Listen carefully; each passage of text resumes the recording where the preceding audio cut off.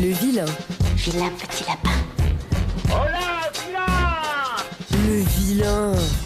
La nouvelle est tombée, la Suisse s'apprête à rendre les avortements gratuits pour les femmes. Cette mesure, passée relativement inaperçue, pourrait entrer en vigueur dès début 2027. Quoi ? Mais c'est contre nature, hein. Sans hésitation aucune, le vilain de cette semaine, c'est donc l'avortement gratuit. Bonsoir, je me présente, c'est Sabrina Pro-Life. Mon motto, mon corps, c'est pas mon choix. Tout le contraire de l'émission de cette bonne vieille Evelyne Thomas.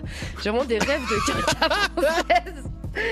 Mais bref, un bébé, ça se fait et ça s'assume toute seule comme une grande. Bébé tout seul. Et puis merde, on est en Suisse, il faut bien penser à notre seule et unique priorité, l'économie. Que va-t-on faire de toutes ces aiguilles à tricoter et tous ces cintres? Des pulls qu'on va suspendre dans son armoire? Bon, en vrai, c'est pas une si mauvaise idée que ça, en fait. Bon, déjà, c'est intéressant. C'est intéressant de noter que cette loi est passée au Parlement sans aucune opposition, donc sans avoir à demander l'avis du peuple. Je pense qu'ils se sont dit à l'unisson, ils ont refusé les 6 semaines de vacances par an et la caisse de maladie unique, donc on a meilleur temps de choisir pour eux si on veut améliorer leur confort de vie à ces gros mazos de Suisse. Puis, j'ai bien sûr lu la totalité des commentaires sous l'article en question, et l'une des plus grosses préoccupations du peuple, ça semble être, non mais si c'est gratuit, elles vont le faire tout le temps.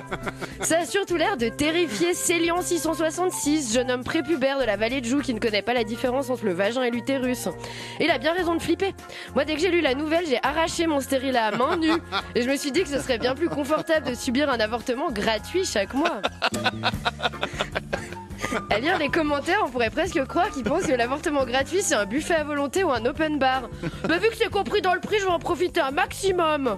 Sauf qu'un avortement c'est pas un pain surprise ou une flûte de champagne servie sur un plateau. C'est douloureux, pas sans danger et dans tous les cas une décision difficile à prendre. Et puis quand on dit que c'est une nouveauté l'avortement gratuit, c'est nouveau pour les meufs, ouais. Pour les gars, ça a toujours été gratuit à condition de courir assez vite et de savoir bloquer un numéro de téléphone. D'autres personnes avaient l'air scandalisées que l'avortement devienne gratuit alors que la contraception est toujours payante. Et du coup, pour eux, la meilleure solution à ce problème, c'est de limiter l'accès à l'IVG. Ils sont à ça de penser à la gratuité de la contraception, à ça. Cela dit, j'écoute quand même toujours les avis de l'autre côté de l'échiquier, mais il faut bien avouer que les arguments des personnes pro-life ne vendent pas du rêve.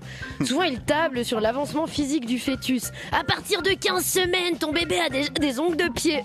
Bah, je suis peut-être un peu bizarre, mais moi, ça me donne tout sauf envie de le garder dans moi.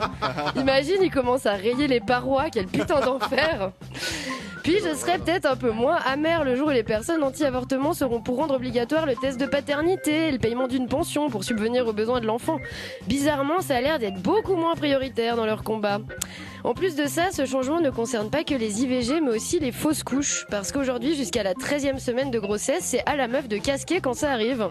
Ça veut dire qu'à l'heure actuelle, on peut entendre « Aïe, aïe, aïe, quelle épreuve, madame, nous sommes de tout cœur avec vous. Ça fera 2000 francs, s'il vous plaît. » Et oui, aujourd'hui, un avortement coûte entre 1000 et 2500 francs. Certaines personnes semblent considérer que ce montant est dissuasif.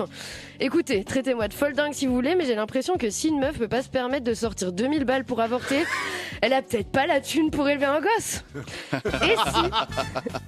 Et si la solution ce n'était pas tout simplement l'abstinence? C'est du moins ce que suggère un bot dans les commentaires sous l'article, ainsi que Franck Mater dans le groupe WhatsApp de la bande amateur.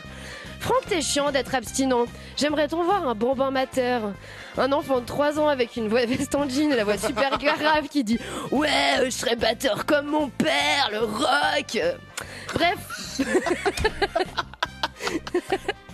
Bref, pour ceux que ce changement contrarie, vous en faites pas trop, va, avec tous ces perturbateurs endocriniens et autres microplastiques, on sera bientôt tous stériles.